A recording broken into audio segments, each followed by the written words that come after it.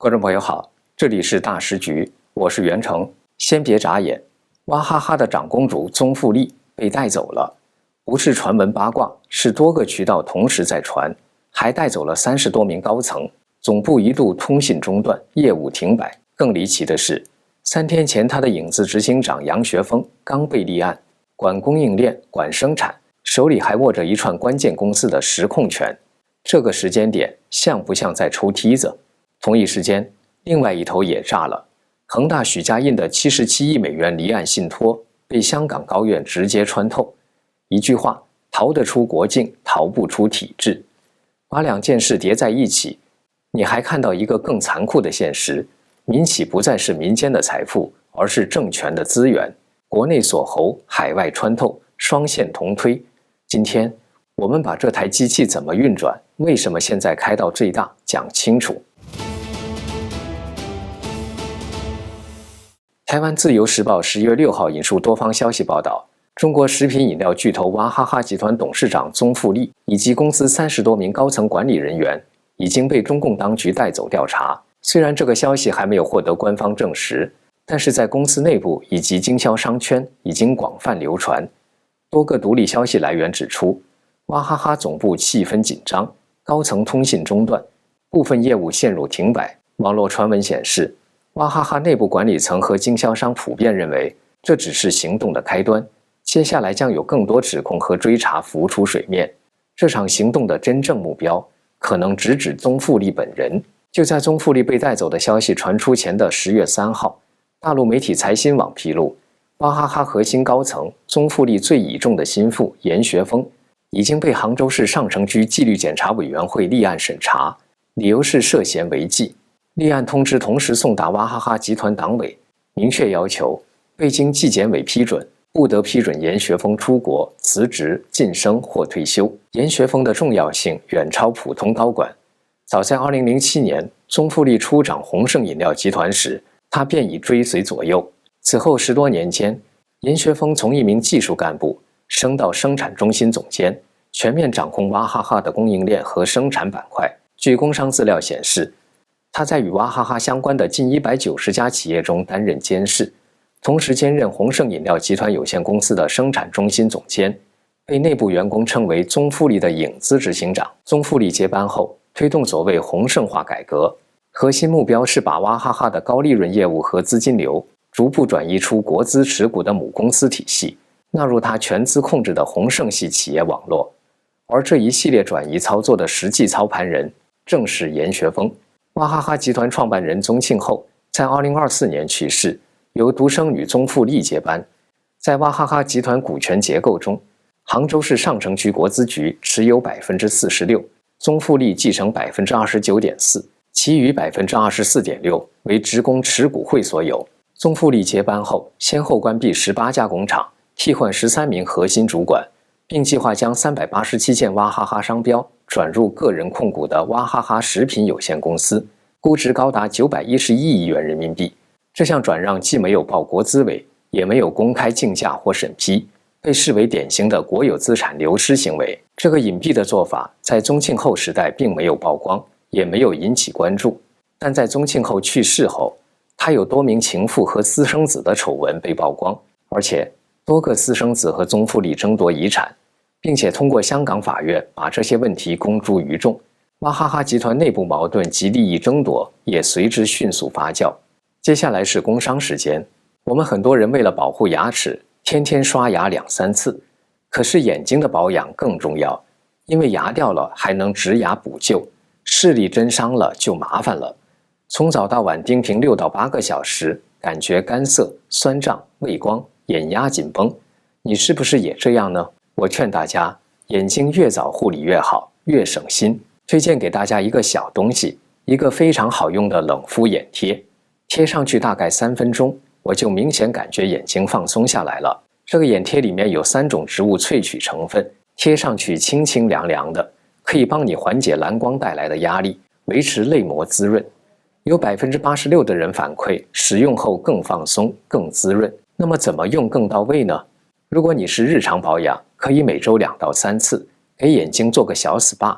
如果眼睛已经明显干涩，或者是最近用眼很多，可以增加使用频率，白天用2到4片，分时短贴，晚上6片，连贴6到8个小时，睡一觉。这个眼贴在工作、睡觉时都可以用。我很多同事就是直接贴着工作，一开始会流泪，试用后就可以了。用完撕下来，不扯皮也不花妆，每天不到半杯咖啡的钱，就能给眼睛一份长期守护。需要的朋友就点击下面的链接，输入我的优惠码大10局，还可以享受95折优惠。好，我们再接着说娃哈哈。2025年3月，娃哈哈最具利润的桶装水销售业务被整体转入杭州迅尔诚通商贸公司。这家公司的法人是严学峰，实际控制人为宗馥莉。这一举动意味着企业的黄金业务被体外化，这导致国资持股的母公司收入骤降，而利润则流向宗馥莉掌控的私人公司网络。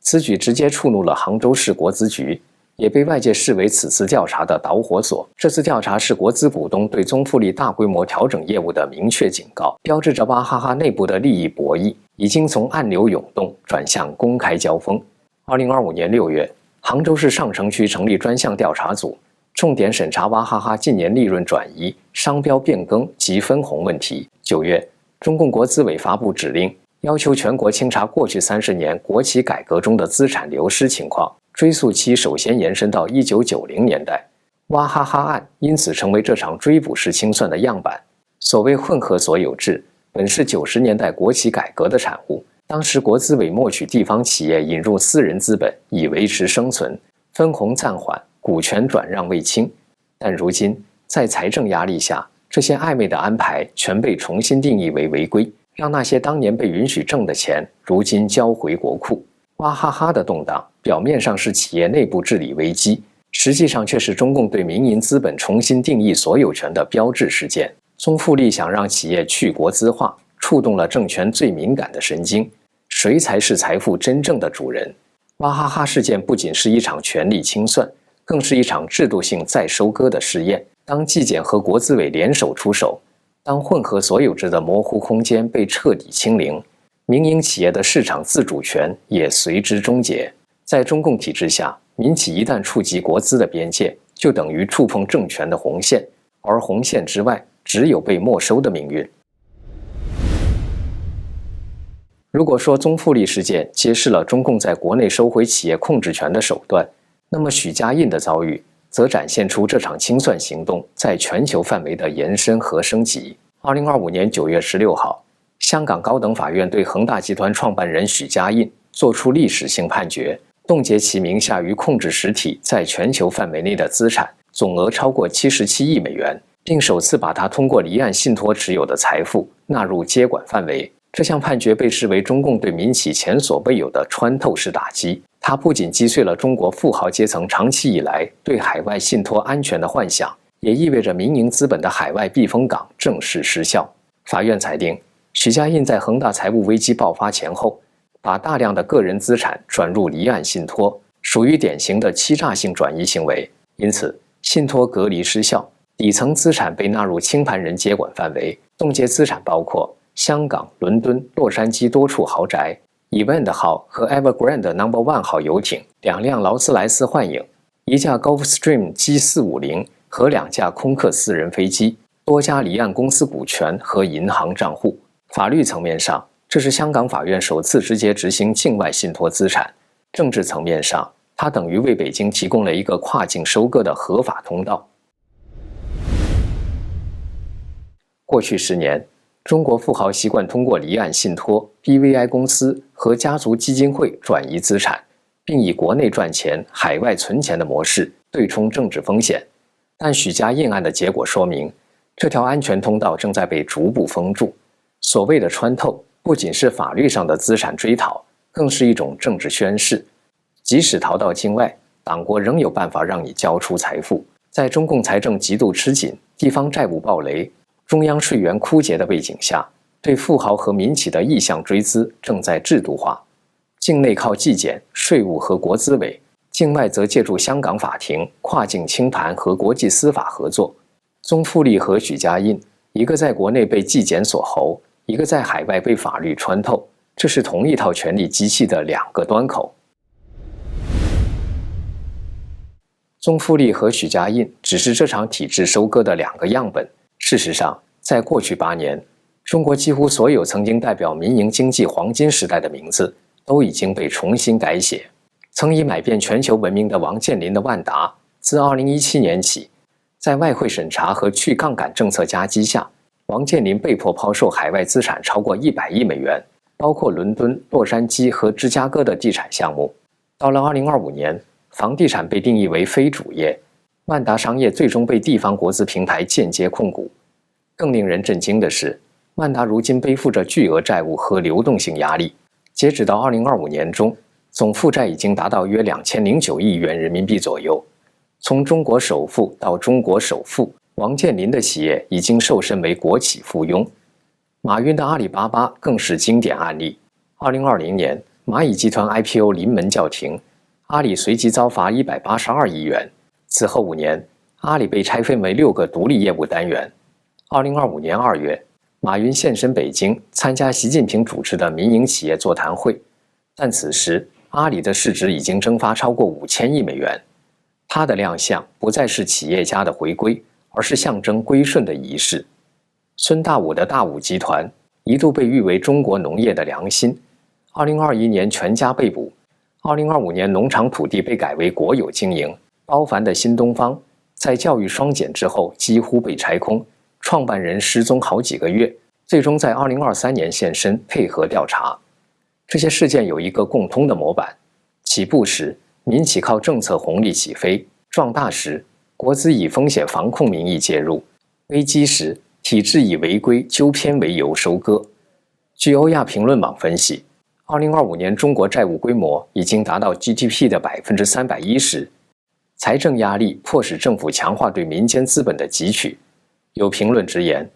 民营企业家的命运就像任何个人的权利，都是中共不能容忍的。2023年，中共推出民营经济促进法草案，宣称要平等保护民营企业产权。2025年2月，习近平再次召集民企大佬座谈，马云、雷军、曹德旺悉数到场。会后，官媒高调宣称营商环境改善。然而，短短1个月后，公安部公布5起重大民企腐败案，多数案件背后都涉及国资接管。这场松绑的实质是换了一把更紧的锁。混合所有制原本是改革的口号，如今却成了国企吞并民企的制度化手段。在金融体系中，国企贷款利率只有大约3%，民企却要承担7%甚至更高的融资成本。民企贡献了中国 GDP 的60%，就业的80%，但他们在资金、信贷、订单、国内市场占有率等方面的占比正在被压缩，市场份额在40%以下。这背后不是市场竞争的结果，而是权力重新分配资源的结果。当国企以政策、信贷和监管特权占据上风时，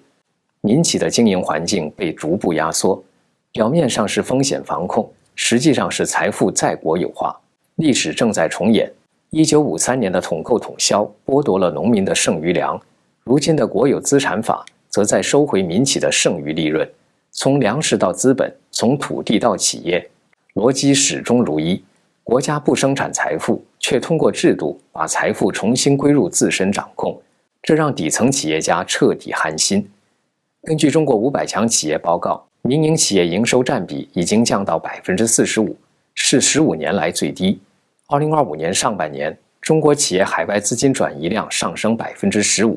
而企业家信心指数跌到75，甚至低于疫情最严重时期。这些数字不仅是经济数据，更是恐惧的指标，它代表着企业界的集体晋升和撤退。中国民企的黄金时代或许已经结束，从宗馥莉到许家印，从王健林到马云，所有民营企业的命运都在指向同一个结论：在权力无限扩张的国度里，没有真正的企业家，只有被临时允许存在的纳税人。在中国，财富从来不属于创造者，而属于授权者。政权允许你富，并非因为尊重市场；政权收回你的财产，也不是因为你违法，而是因为它需要。这里是大时局，感谢您的陪伴与思考，请订阅、分享并打开小铃铛，一起在动荡中坚守真相。在黑暗中点燃希望。